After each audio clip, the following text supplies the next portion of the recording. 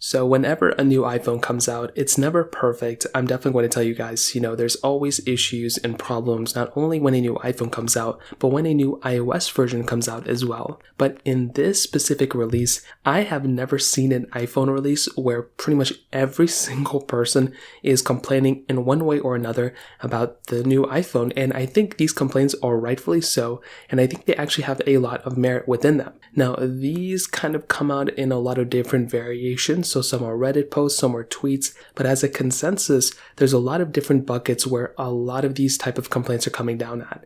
For one, the biggest thing that I've been able to see is pretty much actually these two things are tied. It's the eSIM. The eSIM is probably the number one thing that a lot of people are complaining about, and I think this is a temporary thing. I don't think this is going to be, a long-term problem that a lot of people are going to be having to deal with, but the issue that I thought wasn't going to be that big of an issue is that the conversion from, your original SIM card on your maybe iPhone 13 to an iPhone 14, there's a little option where it allows you to transfer it from an iPhone without having to contact your carrier. It looks like that wasn't working for a lot of people, so they had to actually contact their carrier. That is a very annoying thing, to having to wait in line to actually go and, for them to pick up the call and get your call and everything. I don't think this is going to be long term. Hopefully things will be, improved in the future. But that was one thing that was also kind of a big deal in my opinion. Now, another thing that a lot of people complained about, which I, also complain about, was with the little differences that we've pretty much gotten from the iPhone 13 to the 14. They are identically almost the same exact phone.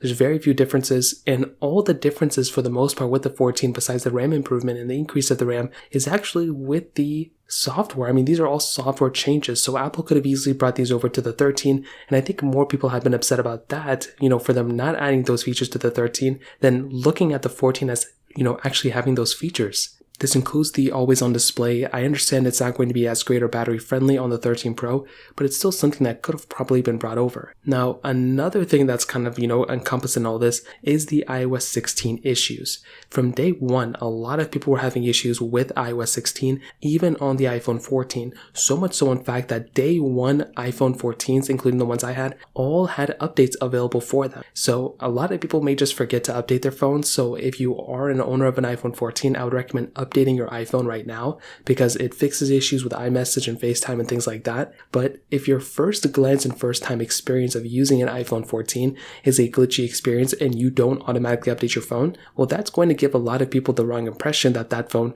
is also a, unstable phone or it's not good or anything like that too. So I will say, from the pre-orders to this iPhone's release to everything in between, this has probably been one of the sloppiest iPhone releases in recent times. I can't think of another time an iPhone like this came out where the reception of this phone was pretty much what it was, which is so crazy. So I guess we'll see what happens. I think it's going to definitely be improving. I think by the next month or two, it's going to be a very stable phone. But it's very weird that Apple I don't know, it seems like they rushed this phone out, to be honest, including, I will say, my unboxings of some of these phones.